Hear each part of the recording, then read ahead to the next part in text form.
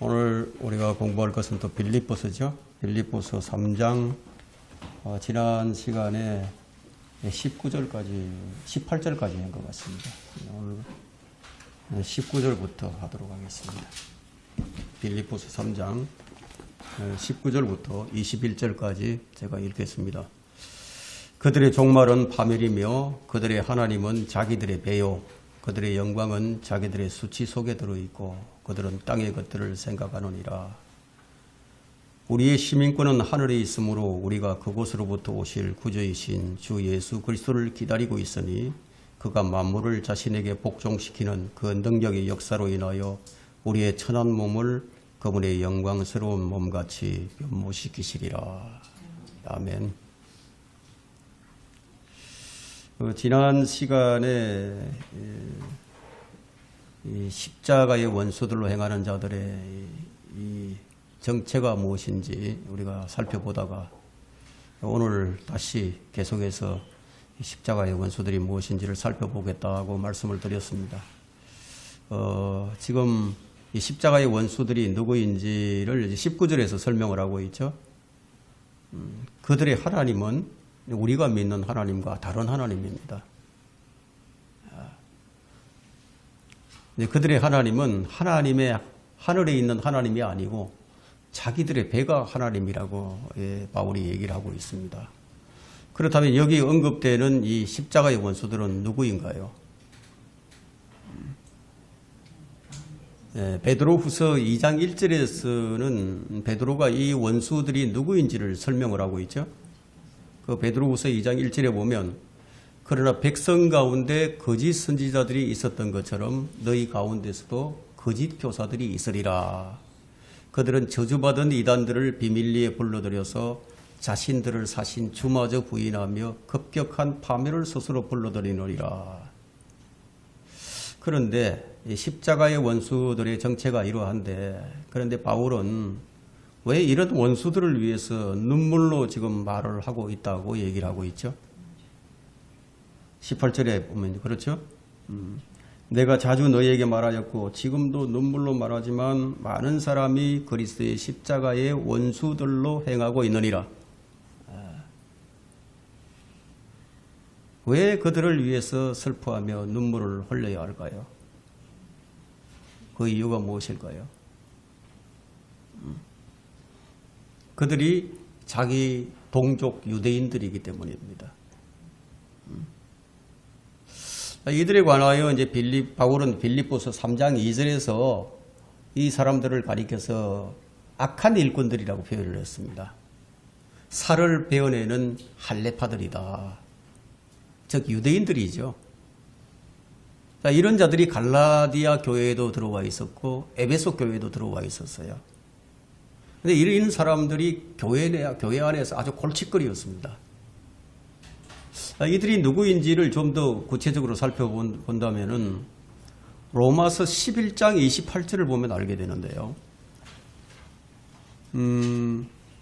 복음에 관하여는 그들이 너희로 인하여 원수가 되었으나 선택에 있어서는 그들의 조상으로 인하여 사랑을 받는 자들이라. 그리스도의 십자가의 복음, 이 복음에 관해서는 그들이 원수가 맞지만 그런데 그들은 그들의 조상으로 인해서는 사랑을 받는 자라고 얘기를 합니다. 그러면 조상으로 인해서 하나님께 사랑을 받을 수 있는 민족이 있다면 어떤 민족이겠습니까? 유대인 민족뿐이죠. 유대 민족뿐이에요.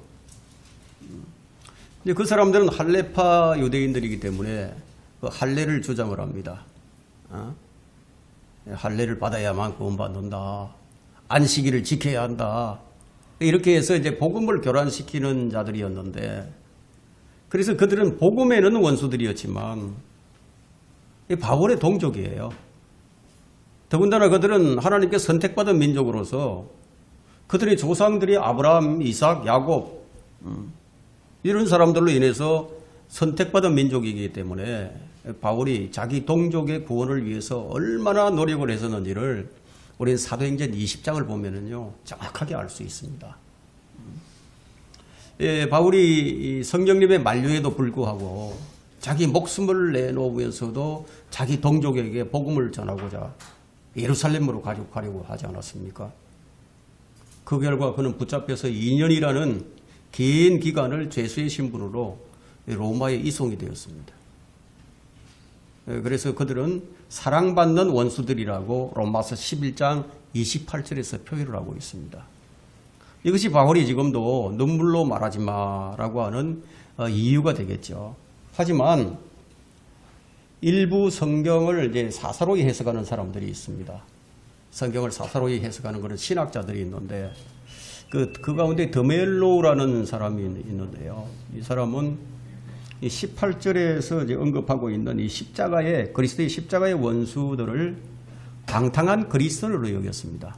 방탕한 타락한 그리스도인. 그들이 갈라디아서 5장 13절에서 말하고 있는 육신적으로 사는 그리스도인들로 여겼던 겁니다.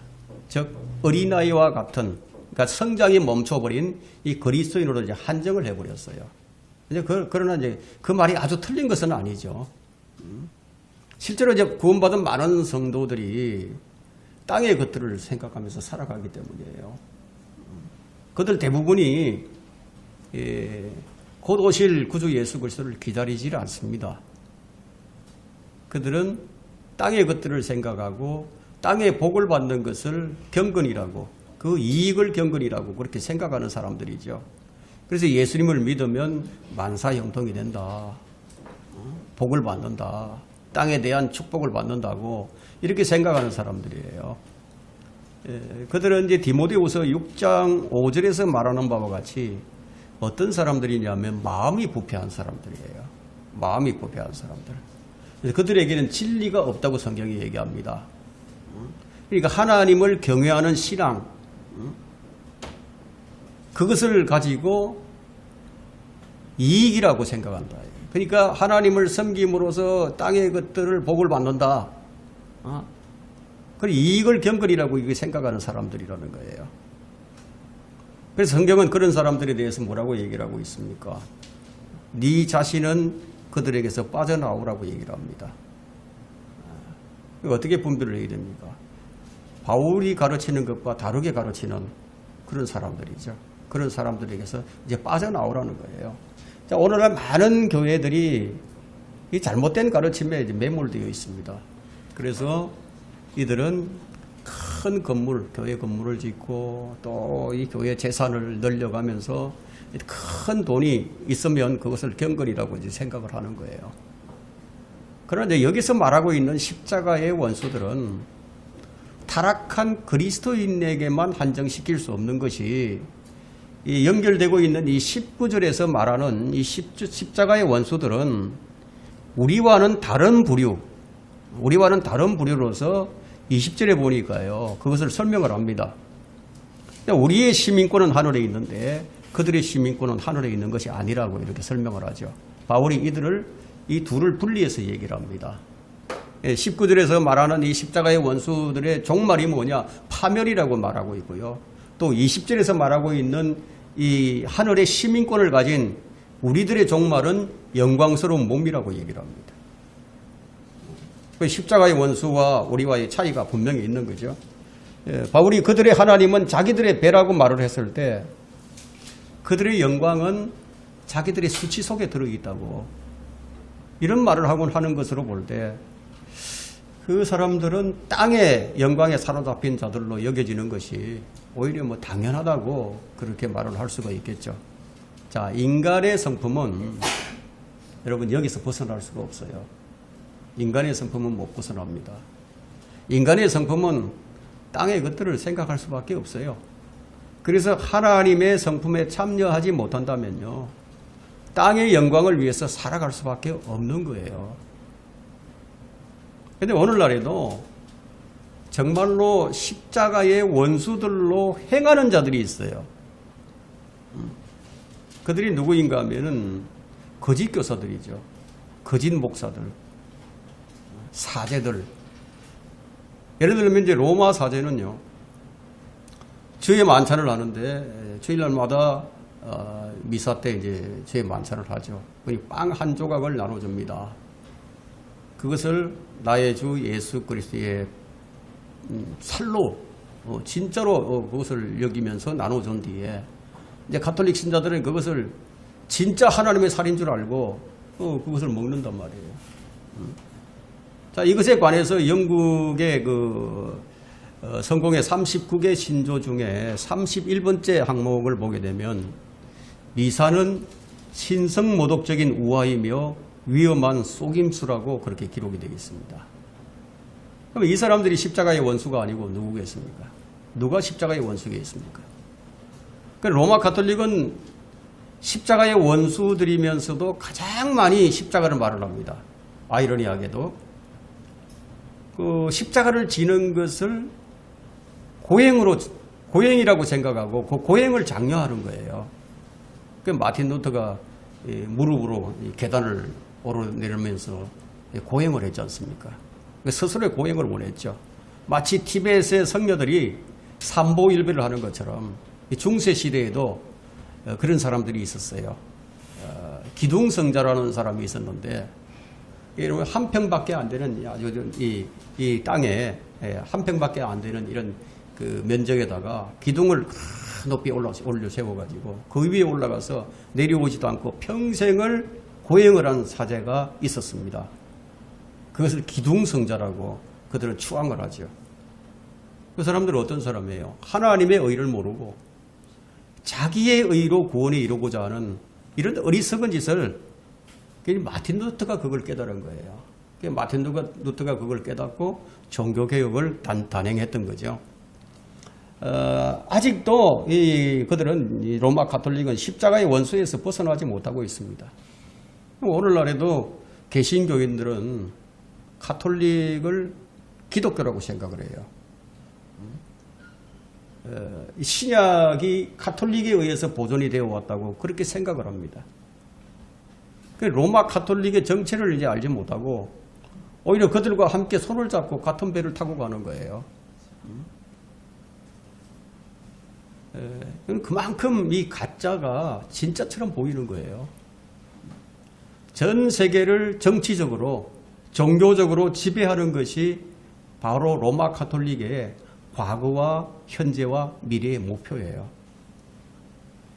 근데 가장 큰 그리스도의 십자가의 원수는 어디 나오느냐면 요한계시록 17장에 나옵니다.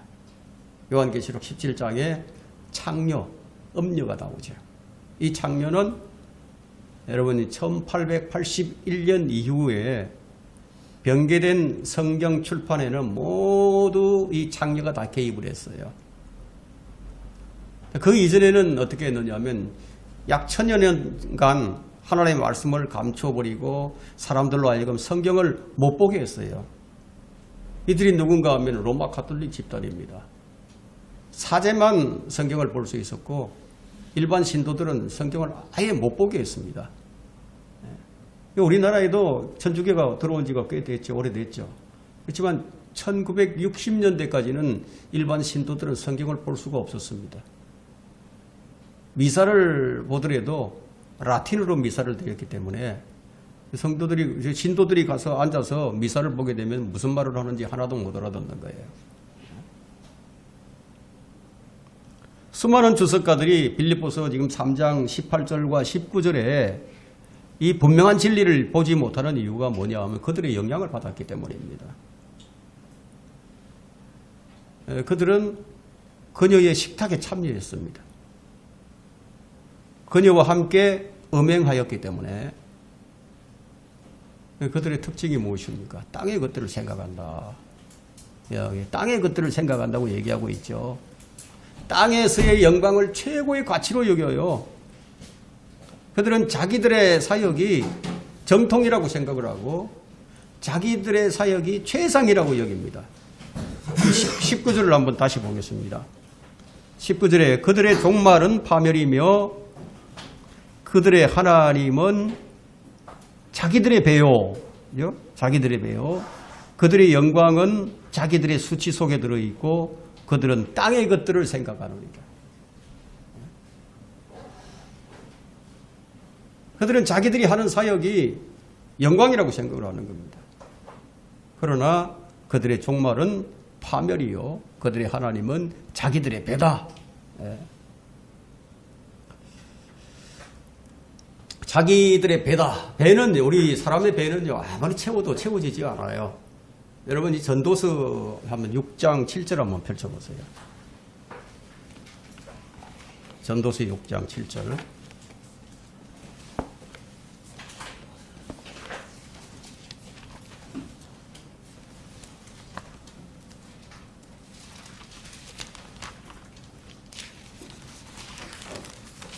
찾으셨습니까? 사람의 모든 수고는 자기 입을 위한 것이지만 식욕은 채워지지 않는도다. 이 말씀 그대로 사람들이 먹고 살기 위해 이제 배를 채우기 위해서 살지만 아무리 채워도 채워지지 않는 것이 이 자기 배라는 거예요. 자기 배. 그들의 특징이 요한일서 4장 5절에 보니까 그들은 세상에 속하였으므로 세상에 관한 말을 하나니 세상이 그들의 말을 듣느니라. 세상에 속했으니까 늘 하는 얘기가 세상 얘기고 또 세상이 그들을 듣고 그들을 돕는다 이거예요. 그와 같은 자들은 성경 전체에서 발견이 됩니다. 그 사람들은 눈에 보이는 것밖에 볼 수가 없죠. 그러면 장자권을 팥죽 한 그릇에 이제 팔아버리는 에서 그와 같은 사람이라는 거예요. 르우벤, 갓, 므낫세, 단 지파가 그렇고요. 누가복음 12장의 부자가 그렇습니다. 대마도 그 경계선까지 갔었어요. 대마도. 그들은 모두 이런 특징을 갖고 있습니다. 어떤 특징을 갖고 있느냐면 첫째, 칭찬과 인정받기를 좋아합니다. 둘째, 성경의 예언과 영혼에 관한 관심이 부족합니다.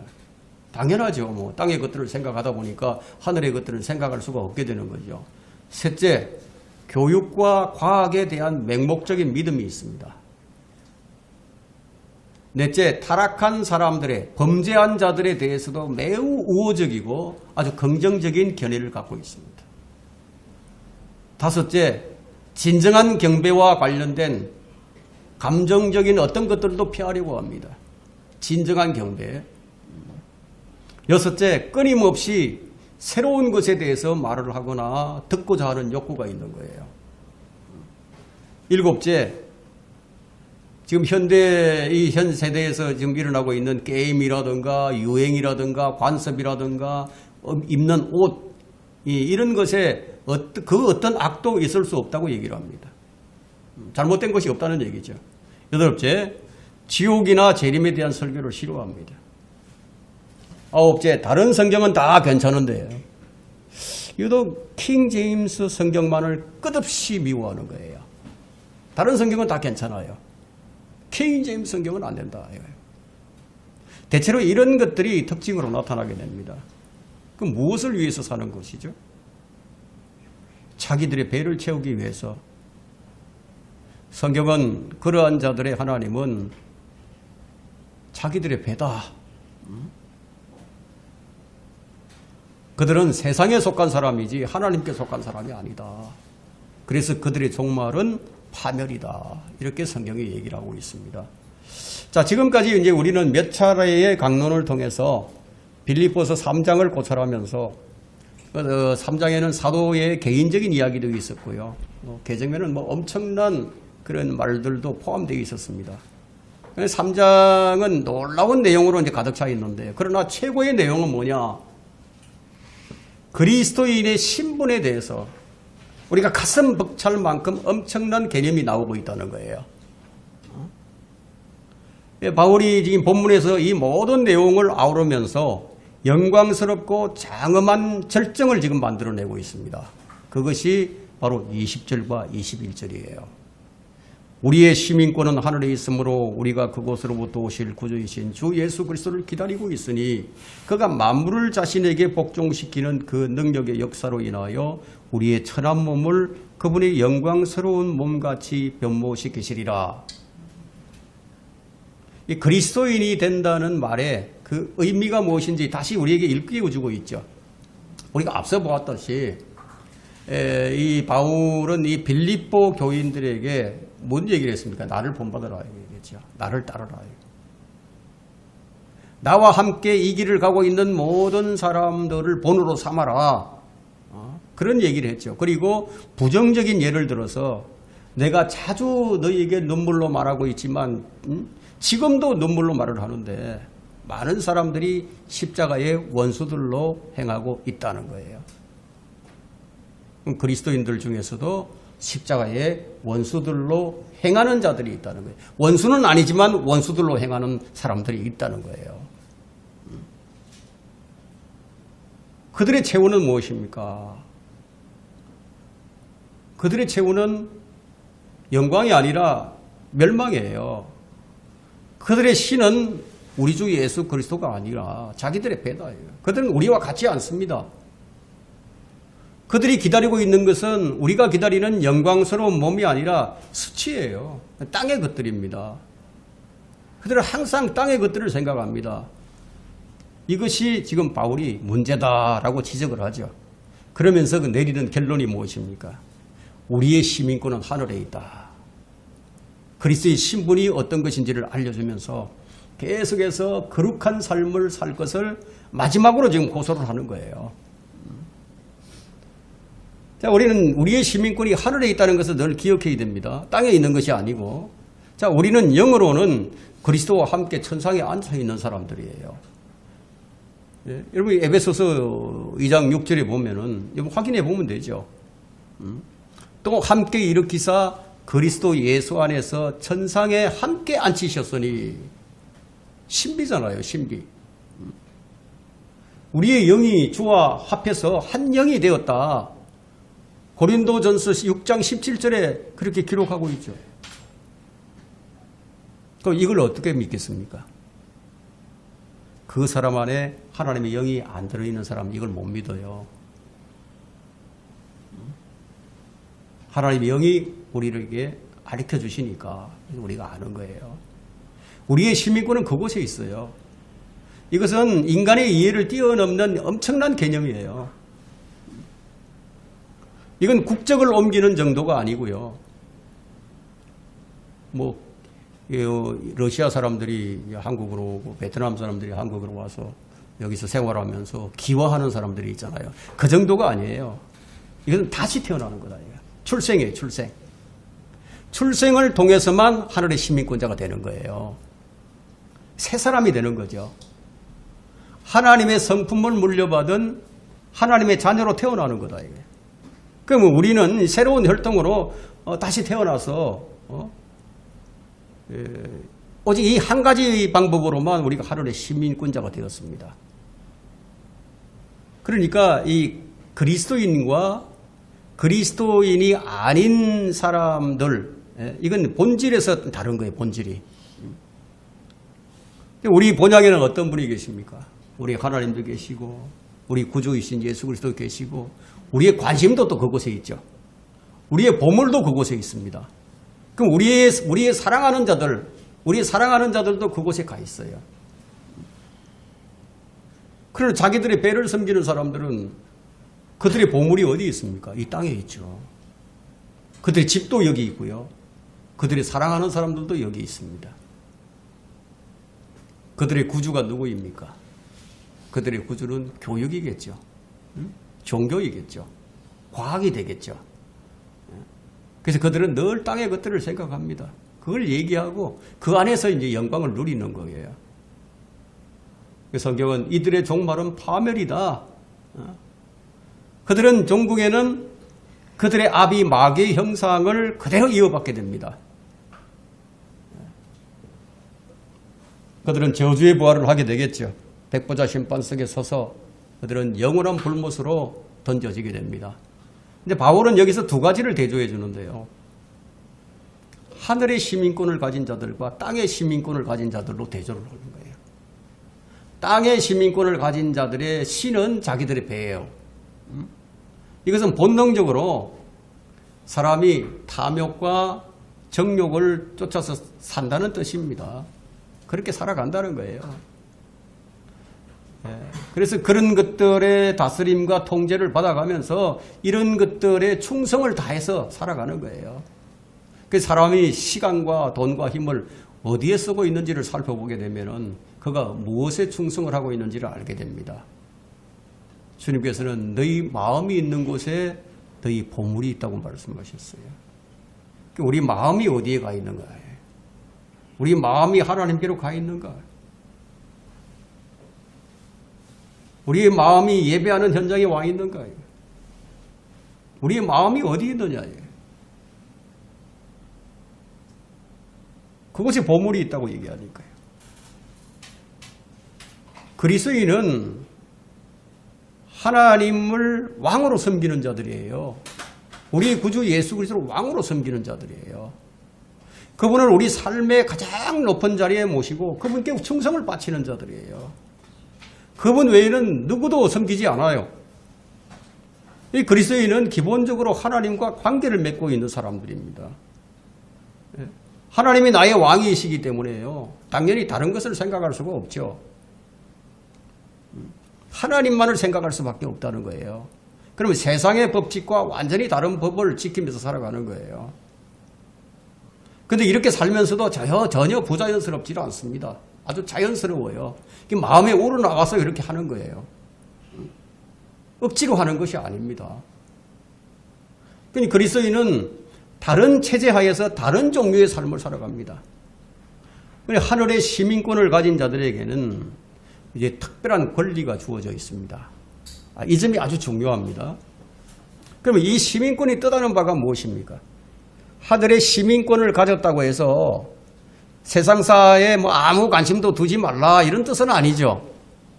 오해해서는 안 됩니다.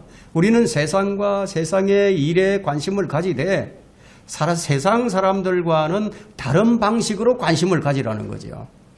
다시 말해서 그리스도인은 세상에 살아가지만 세상에 속한 자가 아니다. 그리스도인은 집에서 멀리 떠나와 있는 나그네다. 왜냐하면 우리 집은 하늘에 있으니까. 그리스도인의 영광은 땅에 있지 않다는 거예요. 주님께서 우리를 위해서 처소를 마련해 놓으셨습니다. 우리의 영광은 하늘에 있는 끝없는 영광이, 그 영광이에요. 그 영광은 우리 그리스도의 몸과 똑같이 영광스러운 몸이 될 것이라는 겁니다. 예수 그리스도께서 33세의 삶을 사시다 가셨어요. 올라가셨어요. 우리의 시민권이 하늘에 있기 때문에 우리 그와 같은 똑같은 몸을 입게 된다. 그래서 우리의 본향에서 오실 구주 예수 그리스도를 기다리고 있는 겁니다. 그분이 오시면 우리의 천한 몸을 그분의 영광스러운 몸과 같이 변모시켜 주실 것이다. 그것을 21절에서 말하고 있죠. 우리의 천한 몸을 그분의 영광스러운 몸과 같이 변모시키시리라. 모든 그리스도인은 예외 없이 분명히 변모가 됩니다. 정말 구원받은 사람들이라면 그렇다는 거예요. 자기들의 배가 하나님인 사람들은 이런 말씀을 믿지 못하죠. 살과 뼈로 된 지금의 우리 몸은 기록된 그대로 천한 거예요. 썩잖아요. 부패하죠. 분해됩니다. 벌레가 파먹어요. 죽으면.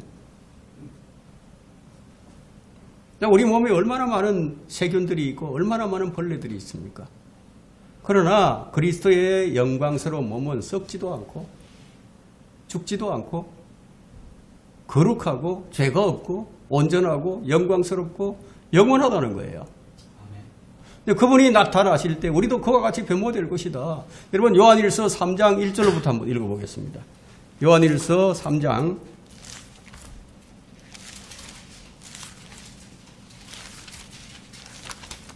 1절로부터 3절까지 보라 아버지께서 어떠한 사랑을 우리에게 주셔서 우리로 하나님의 아들들이라 불리게 하셨는가. 그러므로 세상이 우리를 알지 못하나니 이는 세상이 그분을 알지 못했기 때문이라. 사랑하는 자들아 이제는 우리가 하나님의 아들들이라. 우리가 어떻게 될 것인지는 아직 나타나지 아니하였으나 그가 나타나시면 우리가 그와 같이 되리라는 것을 아노니 이는 우리가 그분 그대로 그분을 볼 것이기 때문이라. 그분 안에서 이 소망을 가지는 사람은 누구나 그분이 정결하신 것처럼 자신을 정결케 하느니라. 여러분 예수 그리스도의 몸과 같이 변화되면 모두가 다 남자가 됩니다. 남자. 주님이 남자이셨어요. 성경의 모든 천사는 남성이에요. 어디에도 중성은 찾아볼 수 없어요. 여러분이 현미경과 망원경, 레이저를 동원해 가지고 찾고 또 찾아도 심지어 성경 원본을 다 뒤져본다 하더라도 그런 것은 발견할 수 없다는 거예요. 성경에 천사들이 나타날 때 여자 천사로 나타난 적은 단 한 번도 없었습니다. 사람이 일단 성경을 거부하게 되면요, 초등학교 6학년도 읽으면 이해할 수 있는 것을 다 놓쳐버립니다. 로마서 8장에는 우리가 자기 아들의 형상과 일치한다고 얘기를 합니다. 로마서 8장 29절에. 주의 천사인 예수님은 결코 중성이 아니었습니다. 그러면 여러분의 몸도 어떻게 되겠습니까? 부활한 몸은 예수님과 똑같은 몸이 된다고 했으니까. 예수님의 몸은, 부활하신 몸은 빛의 속도보다도 빨라요. 더 빨리 여행을 할 수 있습니다.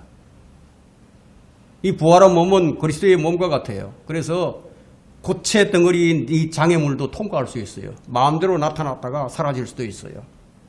누가복음 24장에 예수님께서 문이 닫혀 있는데 방으로 들어오셔서 나를 보라, 나를 만져보라. 영은 살과 뼈가 없지만 나는 살과 뼈가 있느니라. 여기 먹을 것이 있느냐? 가져와 보라. 보시는 데서, 보는 데서 다 마셨어요. 먹고. 그러니까 부활한 몸은 소화하거나 흡수하거나 배설의 염려 없이 먹거나 마실 수가 있는 거예요. 배설의 염려가 없다는 거예요. 부활한 몸은 썩지 않는 살과 썩지 않는 뼈로 되어 있습니다. 죽지 않고 썩지 않는 영원한 몸입니다. 부활한 몸은 외모의 특징에 따르지 않아도 되고요. 어떤 사람이든지 간에 딱 보기만 하면은 누구인지를 안다 이거예요. 그 어떤 능력입니까? 그건 전지의 능력이죠. 그렇죠? 그런 능력이 있다는 거예요. 딱 보면 알아요.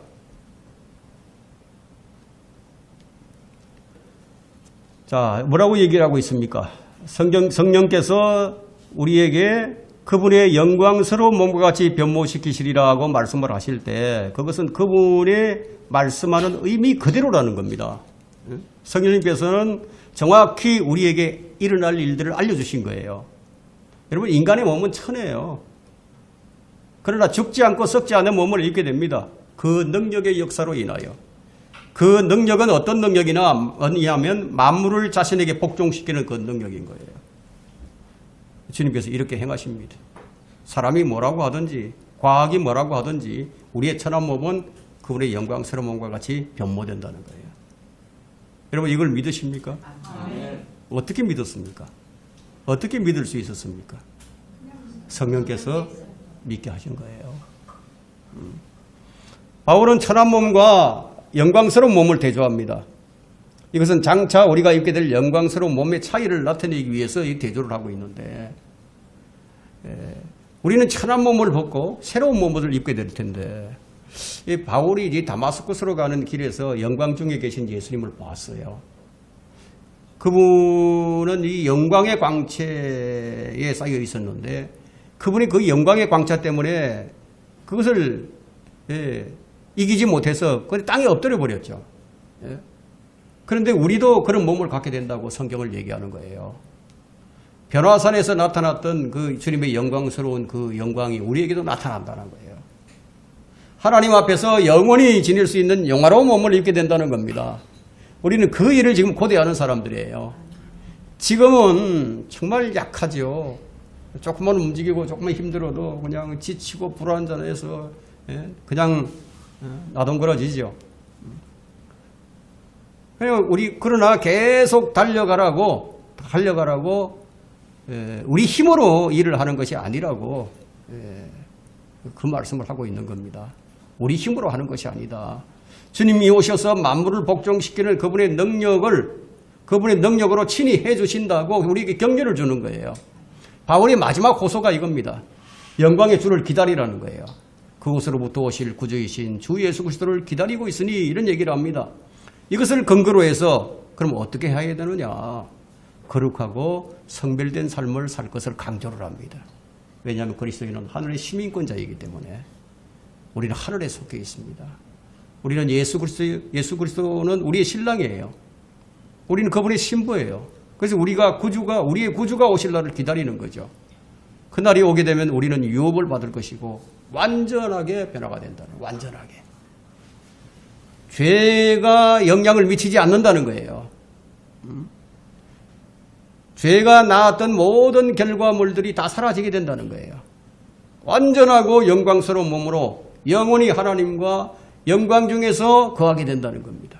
이것이 우리가 믿음으로 말미암아 다시 태어나서 얻게 된 권리라는 겁니다. 그것이 우리의 신분이라는 겁니다. 더 강조하지 않아도 그리스도를 위해서 그분의 부르심에 합당한 삶을 살기를 원하지 않으십니까? 오늘 여기까지 하도록 하겠습니다.